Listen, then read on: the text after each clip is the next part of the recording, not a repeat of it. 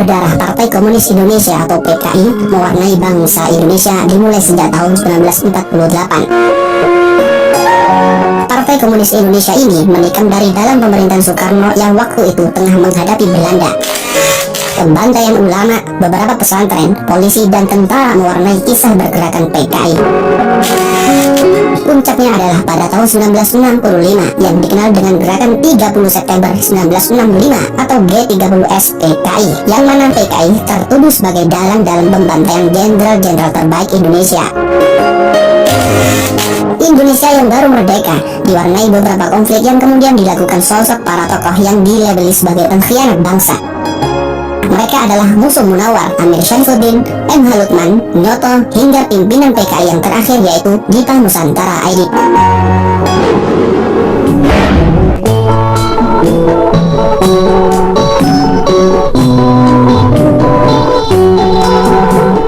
Tokoh-tokoh PKI ini diketahui kemudian mati dengan cara yang tragis. Berikut tokoh-tokoh PKI yang akan kita ulas dalam video ini.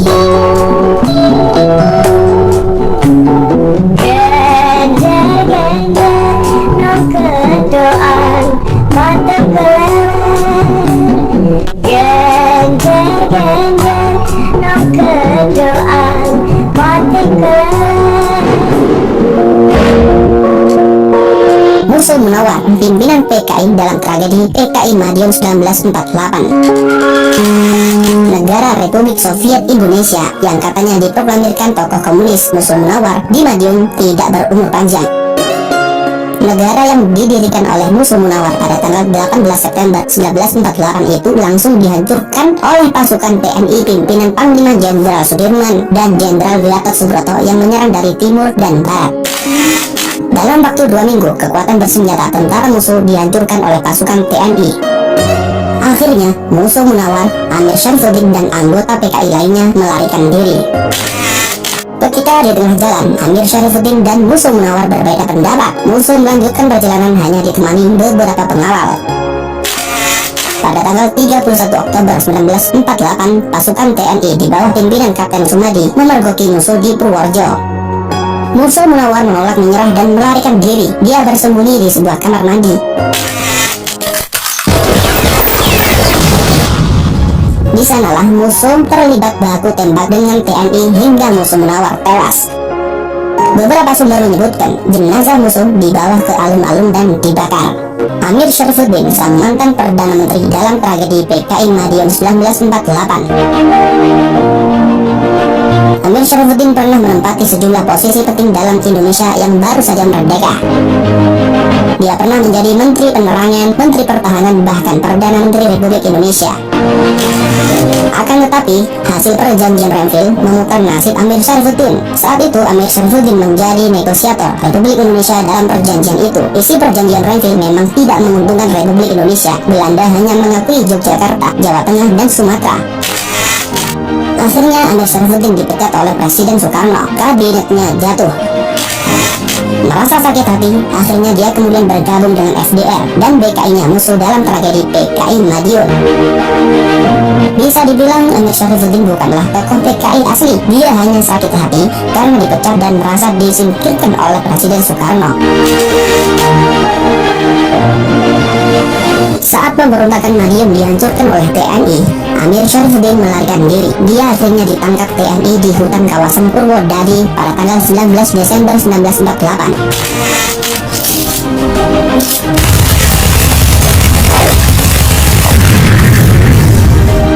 Bersamaan dengan agresi militer kedua, Amir Syarifuddin ditembak mati bersama para pemberontak Madiun yang tertangkap. Eksekusi akhirnya dilakukan dengan terburu-buru oleh TNI. Sebelum meninggal dunia, Amir Syarifuddin menyanyikan lagu Internasionalit yang merupakan lagu komunis. Amir Syarifuddin juga menyempatkan menyanyikan lagu Indonesia Raya. Akhirnya peluru seorang polisi militer mengakhiri hidup Amir Syarifuddin.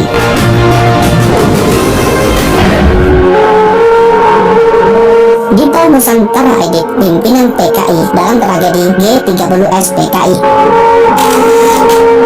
Setelah tragedi berdarah gerakan 30 September 1965, DN Aidit langsung melarikan diri dari Jakarta. Aidit lari ke ke daerah basis-basis PKI di Yogyakarta. Lalu Aidit berkeliling ke kota Semarang dan kota Solo. Dia masih sempat menemui beberapa pengurus PKI di daerah untuk melakukan koordinasi. Penjelasan detail lainnya Akhirnya pada tanggal 22 November 1965, DN Aidit ditangkap oleh pasukan Brigade Infanteri 4 Kostrad di kampung dekat stasiun Balapan Solo. Kepada Komandan Brigif 4 Kolonel Yasir Hadi Broto, Aidit minta dipertemukan dengan Soekarno. Aidit mengaku sudah membuat pengakuan tertulis soal G30S PKI. Dokumen itu rencananya akan diberikan kepada Presiden Soekarno, akan tetapi keinginan Aidit tidak pernah terpenuhi. Keesokan harinya, Yasir dan pasukannya membawa DN Aidit ke sebuah sumur tua di belakang markas TNI di kota Boyolali.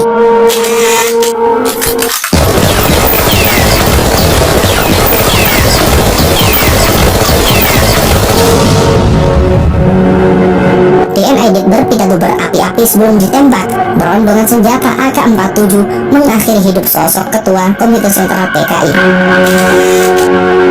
Kuburan pasti DN Aidit tidak diketahui hingga kini. Satu riwayat mengatakan mayat Aidit dibuang ke sebuah sumur tua di Boyolali.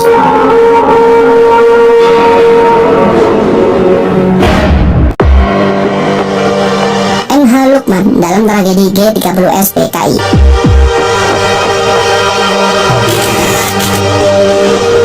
MH Lukman atau yang dikenal dengan Muhammad Hatta Lukman bersama Nyoto dan Aidit, ketiganya dikenal sebagai triumvirat atau tiga pimpinan PKI. Sejak kecil MH Lukman terbiasa hidup di tengah pergerakan, akan tetapi MH Lukman memilih komunis sebagai jalan hidupnya. Setelah pemberontakan PKI 1948, tiga serangga ini yaitu DN Aidit, MH Lukman, dan Nyoto mengambil alih kepemimpinan PKI dari para tetua komunis. Di pemerintahan, Lukman memilih menjabat sebagai wakil ketua DPR gotong royong. Tidak banyak data mengenai kematian MH Lukman. Saat itu beberapa hari kemudian setelah gerakan 30 September 1965 gagal, MH Lukman diculik dan ditembak mati tentara.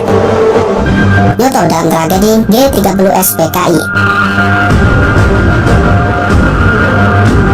Nyoto adalah sosok yang menjadi Menteri Kabinet Hikra, wakil PKI. Dia adalah salah satu orang yang dipercaya Soekarno untuk menulis pidato kenegaraan yang akan dibacakan Soekarno. Sosok Nyoto juga merupakan seorang seniman, pemusik, dan politikus yang cerdas. Menjelang tahun 1965, isu berhembus. Nyoto diisukan berselingkuh dengan wanita Rusia. Inilah yang membuat DN Aidit memutuskan akan memecat Nyoto. Menjelang G30S PKI, Nyoto sudah tidak lagi diajak rapat pimpinan tinggi PKI. Artinya, Nyoto tidak ikut andil dalam gerakan 30 September 1965.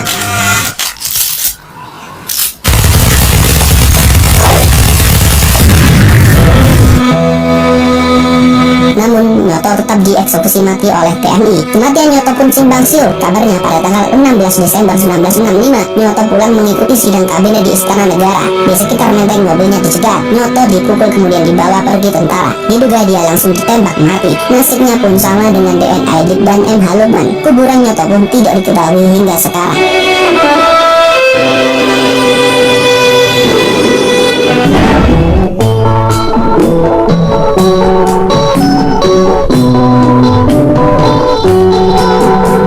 Itulah beberapa tokoh PKI yang dieksekusi mati oleh TNI dengan tanpa diadili. Lalu, bagaimana Anda memaknai detik-detik kematian para tokoh PKI tersebut? Berikan pendapat